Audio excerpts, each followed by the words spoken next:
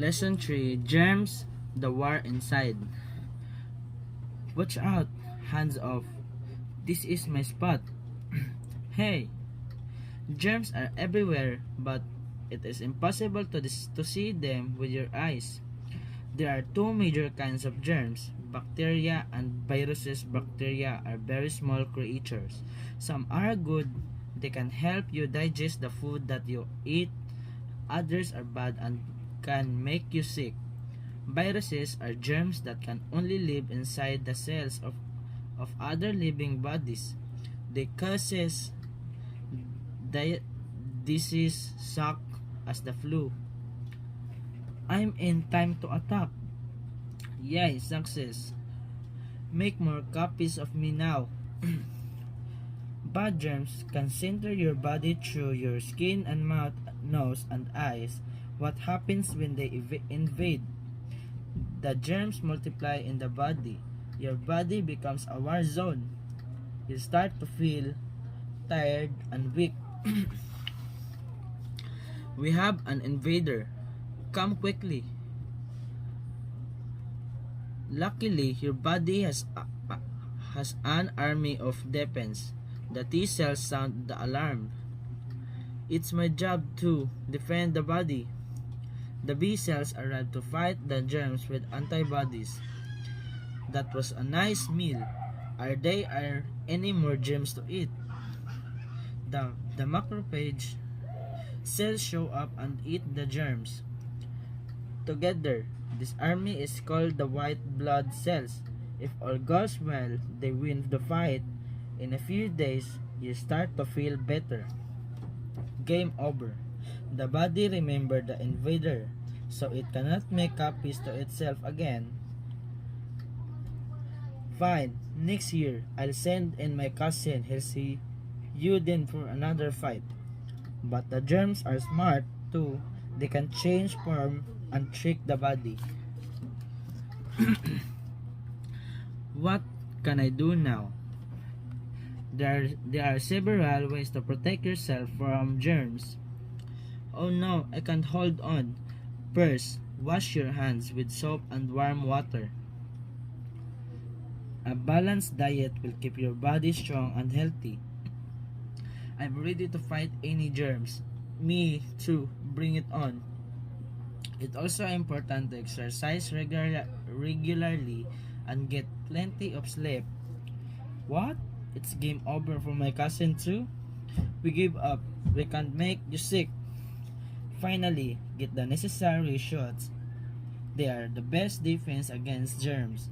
If you follow the steps, you will not be a victim of a bad germs. Lesson 3: Germs, the war inside. Watch out, hands off. This is my spot. Hey, germs are everywhere, but it is impossible to see them with your eyes. There are two major kinds of germs, bacteria and viruses. Bacteria are very small creatures. Some are good, they can help you digest the food that you eat. Others are bad and can make you sick. Viruses are germs that can only live inside the cells of other living bodies. They causes disease such as the flu. I'm in time to attack. Yay, success. Make more copies of me now. Bad germs can enter your body through your skin and mouth, nose, and eyes. What happens when they invade? The germs multiply in the body. Your body becomes a war zone. You start to feel tired and weak. We have an invader. Come quickly. Luckily, your body has an army of defense. The T cells sound the alarm. It's my job to defend the body. The B cells arrive to fight the germs with antibodies. That was a nice meal. Are there any more germs to eat? The macrophage cells show up and eat the germs. Together, this army is called the white blood cells. If all goes well, they win the fight. In a few days, you start to feel better. Game over.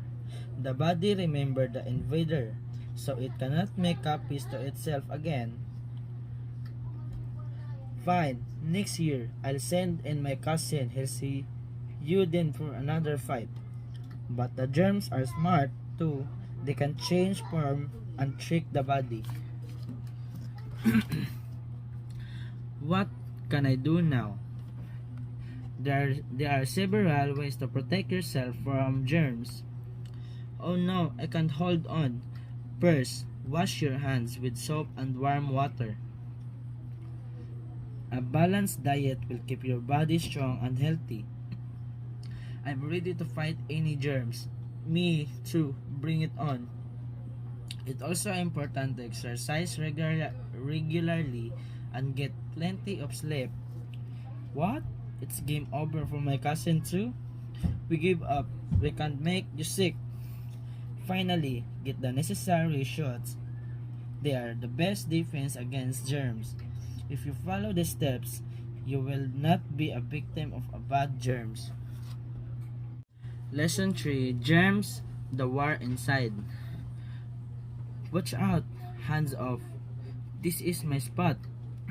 Hey, germs are everywhere, but it is impossible to see them with your eyes. There are two major kinds of germs, bacteria and viruses. Bacteria are very small creatures. Some are good, they can help you digest the food that you eat. Others are bad and can make you sick. Viruses are germs that can only live inside the cells of other living bodies. They causes disease such as the flu. I'm in time to attack. Yay, success. Make more copies of me now. Bad germs can enter your body through your skin and mouth, nose, and eyes. What happens when they invade? The germs multiply in the body. Your body becomes a war zone. You start to feel tired and weak. We have an invader. Come quickly. Luckily, your body has an army of defense. The T cells sound the alarm. It's my job to defend the body. The B cells arrive to fight the germs with antibodies. That was a nice meal. Are there any more germs to eat? The macrophage cells show up and eat the germs. Together, this army is called the white blood cells. If all goes well, they win the fight. In a few days, you start to feel better. Game over. The body remembered the invader, so it cannot make copies to itself again. Fine, next year, I'll send in my cousin. He'll see you then for another fight. But the germs are smart too. They can change form and trick the body. What can I do now? There are several ways to protect yourself from germs. Oh no, I can't hold on. First, wash your hands with soap and warm water. A balanced diet will keep your body strong and healthy. I'm ready to fight any germs. Me too, bring it on. It's also important to exercise regularly and get plenty of sleep.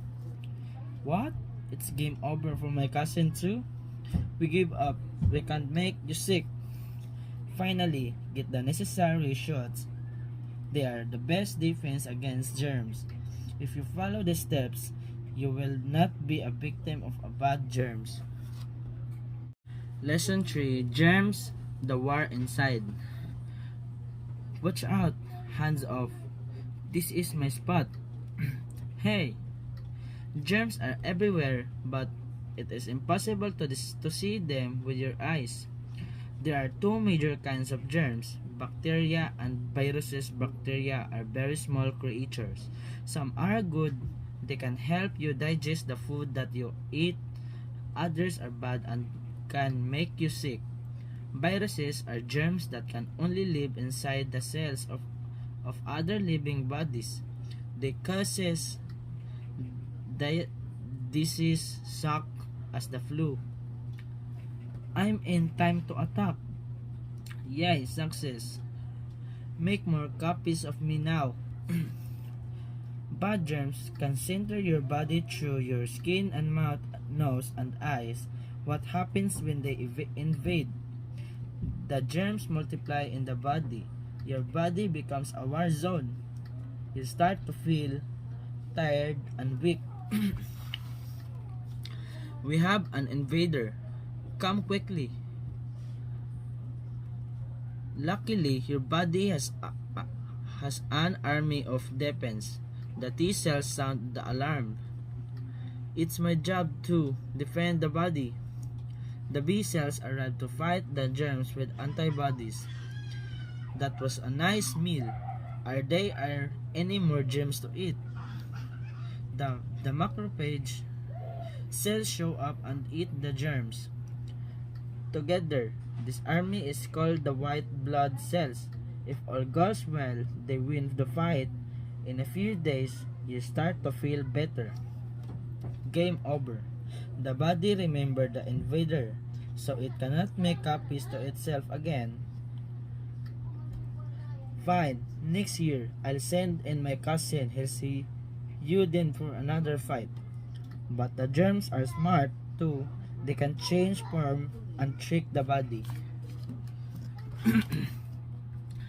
What can I do now? There are several ways to protect yourself from germs. Oh no, I can't hold on. First, wash your hands with soap and warm water. A balanced diet will keep your body strong and healthy. I'm ready to fight any germs. Me too, bring it on. It's also important to exercise regularly and get plenty of sleep. What? It's game over for my cousin too? We give up. We can't make you sick. Finally, get the necessary shots. They are the best defense against germs. If you follow the steps, you will not be a victim of a bad germs.